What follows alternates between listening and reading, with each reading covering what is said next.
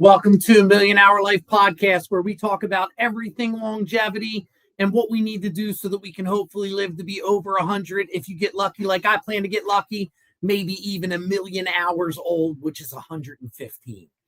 So our last episode, we talked a little bit about hydration. If you didn't listen to that, when you're done here, go back, listen to what we talked about properly hydrating, and like and subscribe to YouTube so you just get notified when we put new content out. So today we're talking about diet. A lot of times you hear diet and exercise together. But to me, I think diet is more important only because, as I've proven to myself many times, you can't outrun a bad diet. So getting your diet in line first, to me, is critical. And then, if you can do it at the same time, exercise and diet. If you're focused on what do I do next, start with diet, then add exercise in. Get yourself down to the right weight before you exercise and hurt yourself. So a lot of people ask me, what is the right diet to do? And I don't think that's the right answer. I think any diet, if it's right for you, is the right diet. A lot of it has to do with what health issues do you have? For instance, if you have high cholesterol, you probably shouldn't do a carnivore diet, which is all meat. In the same way, if you have issues where you need more nutrition, you might not be getting everything you need to get out of a vegan diet. So what I really think is most important is knowing yourself, knowing that the point of a diet is caloric restriction. You need to make a big spread in between the calories you intake and the calories you burn off. So however you feel like you can do that is probably the right diet for you. You'll hear a lot of diets talked about. I'm a big fan of omnivore diets. I've tried diets like Atkins before, and although I do like some things about it, overall, I just don't think it's for me. I like to eat plants, some fruits, and then healthy food. So I do more like a paleo diet or a Mediterranean diet, which is a good diet that has like a lot of different stuff you can eat. You just have to cut out a lot of stuff. I think, the most important thing we should talk about is not what is the diet that works. Because like I'm saying, it's about what works for you and what you think you could stick to. Let's really talk about what diet doesn't work. And it's the American diet. It's a diet that's literally just stacked with processed, crappy food, which is the reason why we're the first society in history that the poor people are obese. It just doesn't make sense. Every other time in history, the poor people have been starving, dying of starvation. And now we've got a problem where we feed our society such crap that the American diet has caused the poor people to be the most obese and the sickest of us all. So I would say that's the first thing that you really need to do is take out of your diet the American diet. Take out processed sugars and processed starches. They're really the ones that get you. Is anything that's high carbohydrate, that's bad carbohydrates, you should get rid of. And I'm not telling you to do a no carbohydrate diet, but I'm telling you the less carbohydrates you intake, especially of processed carbohydrates, the better your diet is going to be just naturally. So that's where I think everybody should start, is figure out what would be best for you. Is it something like a vegan or vegetarian diet? If it is, there's ways to do that. Just make sure you're getting enough protein if you're doing a vegan or vegetarian diet. I believe the right amount of protein to get is 0.7 grams for every pound of your body weight. So to make it easy, if you're like 200 pounds, you should be getting like 130 to 150 grams of protein a day. That's hard to do in a vegan diet, but it's possible. You just have to drink more protein shakes, and you can use things like pea powder protein to get your protein. But it's difficult to get protein from a vegan or vegetarian diet unless you're really trying to get it. And same thing, you could have a good vegetarian diet that you get the right amount of protein, or you could call yourself a vegetarian, but you're eating pizza and cheese doodles because there's no meat involved. So that's not the right diet to do. But if you feel better as a vegetarian, do it. just make sure, you can stick to it. A lot of those diets that are just so stringent are hard to make a lifestyle, which is really the goal of a diet is, what can I do all the time? What can I do for the rest of my life that I think I could stick with and not feel like it was a diet that I'm getting on and getting off, gaining, losing, yo-yoing.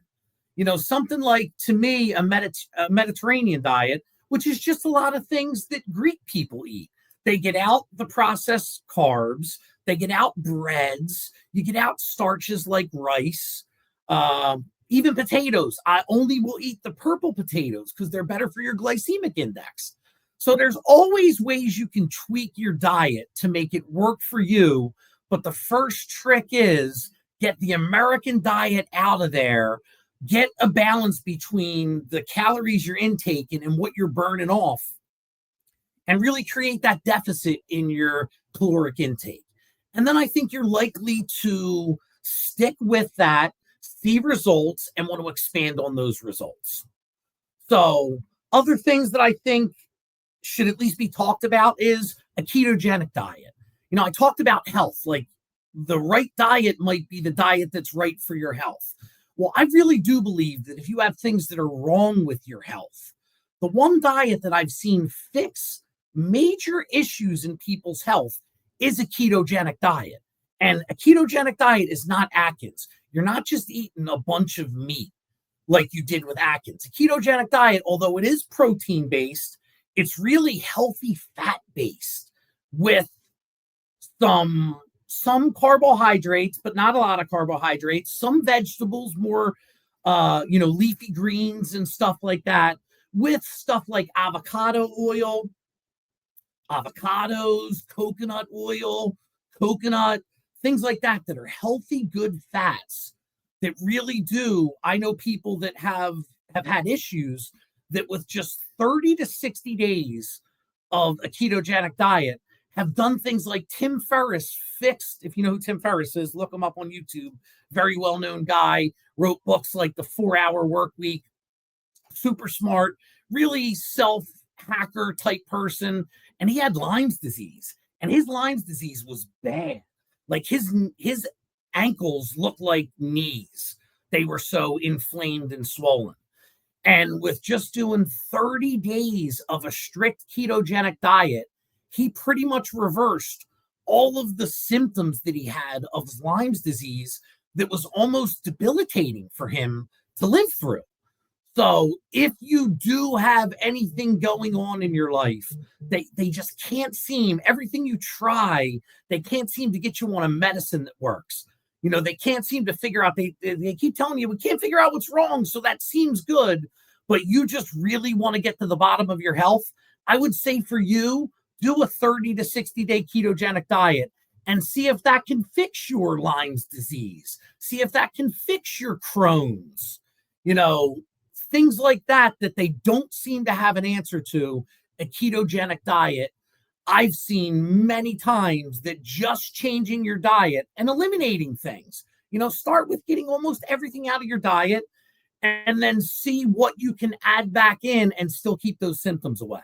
So if you do have things wrong with you and you're a little bit desperate, start with diet and go ketogenic for 30 or 60 days and see if that can help you the way it's helped other people that have a lot of those issues that they just can't seem to get to the bottom of by going to the doctors. So another thing we should talk about too with diet is fasting.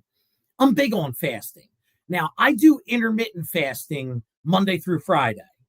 And what intermittent fasting is, if you haven't heard of it, it's just only eating for a smaller window of time during the day. In order for it to really count as intermittent fasting, you should be eating for less than a 10-hour window. So eat for 10 hours and fast for 14 hours. Easy way to do it is skip breakfast. Just have water and black coffee or tea, whatever you drink for your beverage in the morning.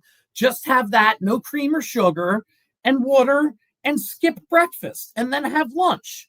So if you can at least get 14 hours of the day fasting, that is good enough to be considered intermittent fasting. Then you try and expand on that a little bit.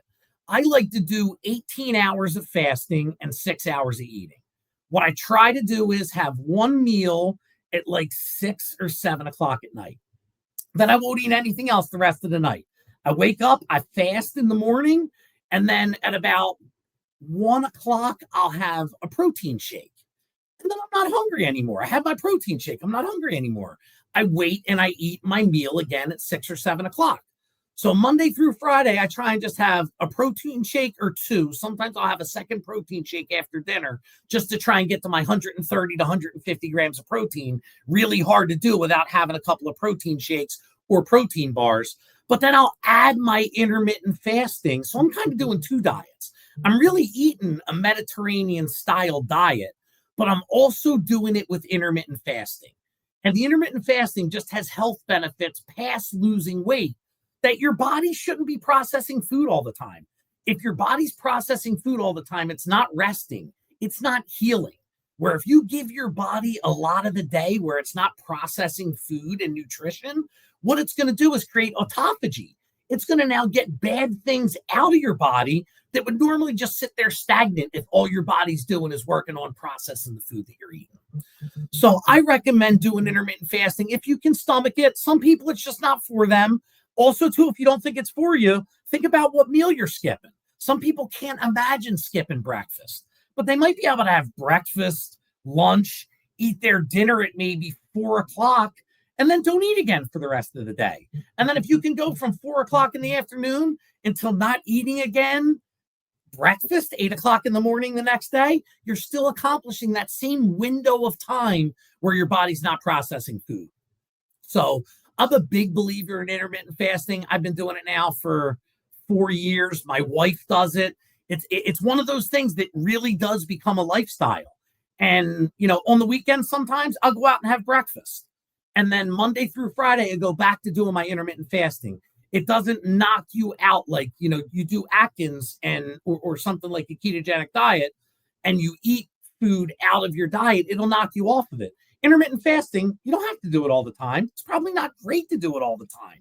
Your body shouldn't get used to you eating the same way every day. So I like doing it Monday through Friday, skipping the weekends and just having a normal diet, just paleo diet or a Mediterranean diet during the weekend. And then Monday through Friday, back to doing intermittent fasting. I also like to do longer term fasting.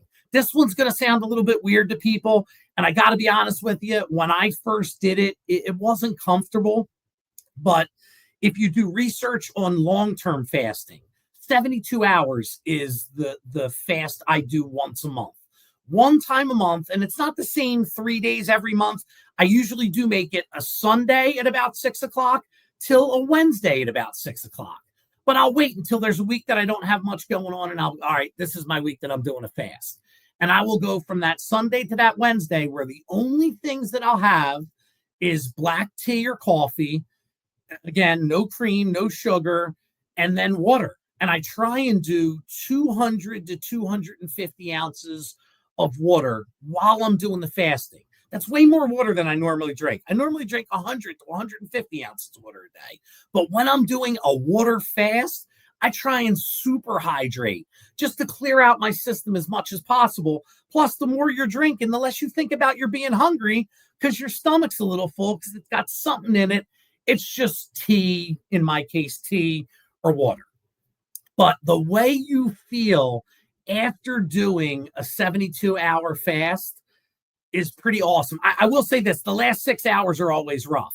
It's really, and the first day is a little bit rough. When you wake up that morning of day 2, you just feel so clear-headed. You're not super hungry because you got through that first night of going to sleep without eating. And when you wake up that next day, at least I feel amazing. So I highly recommend. And if you can't imagine doing a 72-hour fast, then don't. Just try and go 24 hours. Start with 24 hours. Eat dinner at 6 p.m. and then don't eat anything again until that next day at 6 p.m. Everybody can do that. The people who think they can't do fasting long term, everybody could get themselves through eating at 6 o'clock on Tuesday, call it, and then not eating again until the next day at 6 o'clock when they have dinner. And then expand from there. Once you start something and you get through 24 hours of it, then you'll be able to tell yourself, okay, I can get through and do 48 hours. Okay, I can get through and do 72 hours. I know people who do 5, 7 day fasts. To me, in the research that I've done, it just doesn't seem that it's that much more beneficial to do longer than it is to do more of them. So, I know my brother, for instance, does one time a year that he does a 7 day fast. I think that's crazy. I never get done 3 days. And I'm like, well, let's do this again. Let's add another 4 days in. But to me, doing one a month of a 3 day fast is doable. And like I said, you'll lose weight. You'll really create autophagy. Because now when you go through a 72-hour fast, after you get to about 36 hours, now your body has nothing to do with what's already in your system. All it's doing now is repairing. It's clearing out all the senescent cells, all the things that we hear of called zombie cells, which eventually is what turns into cancer. Like everybody has cancer in their body. It's just a matter of, are you doing what you need to do to clear that cancer out?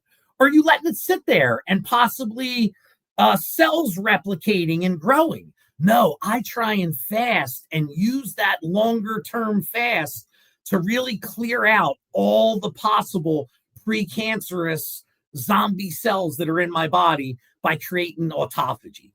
And there's another thing besides autophagy that happens when you fast long term. Once you turn 18, your body very rarely creates new stem cells. Stem cells is a new hot thing. People get them injected into themselves. Well, stem cells is also something your body can create, but it doesn't create them much when we get older, except when you fast. If you do a 72-hour fast, those last 36 hours, especially the last 24 hours, your body is not only getting out all the bad cells, it's now creating a bunch of healthy stem cells. And stem cells can go anywhere to heal anything. So now by just not eating for 3 days, you're giving your body medicine that people fly to other countries and spend thousands of dollars to get injected into themselves. That if you just don't eat for a while, your body's creating those same stem cells. So I'm big on it. I think everybody should fast, but don't start with a 3 day fast. Start with intermittent fasting. Then we get a little bit comfortable with that. Tell yourself you can go 24 hours. Then once you go 24 hours, go 2 days and eventually get to a 72-hour water fast. Drink as much water as you can. By the way, when I'm drinking all that water in those days, when I get up to 250 ounces, I am putting salt in my water. I am putting a little potassium in my water. I'm making sure I'm still getting what's essential, that I'm not going to drink too much water that I actually hurt myself without replacing some of what your body's losing while you're doing a water fast. So they're just some ideas, and now some things to talk about with diet.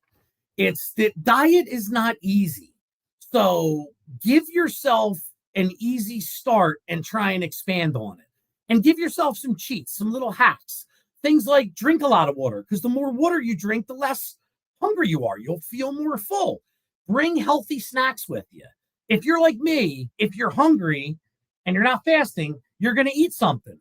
If you have something healthy with you, nuts, a piece of fruit, something that you can eat and not regret it and somewhat satisfy yourself without having to stop at a convenience store and ending up regretting what you eat. So keep some healthy stuff with you at all times. Give yourself little ways that you can rely more on being responsible and having the right things with you than just relying on discipline.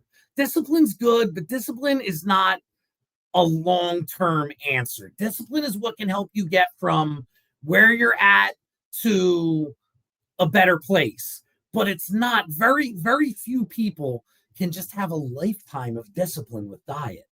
So figure out what's right for you. Change it up. Try different diets. Try a ketogenic diet for 30 days if you have some health issues. And then if you didn't feel like that fixed anything, then go to a paleo diet where you're eating just things that only our ancestors had to eat. You're not adding in any processed, and you're getting rid of the American diet still. That's still a huge advantage. Find what's right for you and the thing that you feel like you can stick to forever, not the thing, unless it's for health reasons, like the the ketogenic diet, not something you feel like you can do for 30 days to lose a couple of pounds, because you're more likely to gain those pounds back. All right. And then the other thing I want to talk about a little bit are the GLP-1 drugs that people are taking. I am not against people taking things like Ozempic and Wegovy. I think for a lot of people, it's what they need to get from, they went too far, they might have type 2 diabetes or are pre-diabetic, and they really need a major change in their life. I think things like Ozempic and Wegovy and Mounjaro are a good tool for people to use. I just warn people, don't let it be the first thing you do, and especially don't let it be the only thing you do. When I talk to people that they tell me their diet is that they take the needle, but they don't make sure they're eating the right amount of protein. When you take a drug like Wegovy or Mounjaro, what happens is you're losing weight, but the weight that you're losing, a lot of it isn't fat. A lot of it is muscle, and a lot of it is even lean muscle, the muscle you don't want to lose. So if you're taking those GLP-1 drugs and you're not really over supplementing, overdoing your protein from what your normal diet would be, when you're taking those drugs, you really should try and do 1 gram of protein per pound of your body weight. So if you're taking a GLP-1 and you weigh 200 pounds, you should be trying to get 200 grams of protein in. You're only going to do that with things like shakes and protein bars. You're never going to be able to eat enough steak and chicken to get 200 grams of protein in. But it is super important. And working out too. Anybody who does those drugs, takes those drugs without working out at all, and just is going to rely on what the needle does to get their benefit, is going to be really let down in the end, because it's just not a healthy outcome, where now you're losing weight, but you're really losing your muscle. And then eventually most people get off of it, and then they gain back the fat, but they don't gain back the muscle. They end up heavier than they were. And now they lost their lean muscle, and they end up sicker than they were before they did the Mounjaro, the Wegovy. So I'm not against it. I pray that people who do it just don't look at it as a shortcut. They look at it as a tool that they add to what they're doing. They don't just look at it as the magic needle that's going to get them skinny and in shape. So if you're one of those people that's on one of those drugs, just do it right. Do some research and try and make it that you're keeping your lean muscle while you're getting rid of fat, and not just letting your body do what it does when you take the shot without exercise and without the right amount of protein. So, all right, that's really what I wanted to talk about today, guys. Diet. It's just important that you take diet seriously. Get on a diet that you think you could do long-term, not one that's just going to be a quick 30 days and you're going to be right back to eating the way you ate in a month. And most important, get that American diet out. All the processed food, all the sugar. Sugar is the worst thing for us. Even what you think of as like stevia and healthy sugar, try and get as much of that out. If you're going to have sugar, have it in some fruit, and try to get it out of anything that you're putting sugar or fake sugar on things. So, all right, I will see you next time when we talk about exercise. And like I said, if you missed the last show on hydration, go back and listen to that, and then I'll talk to you in a couple of weeks.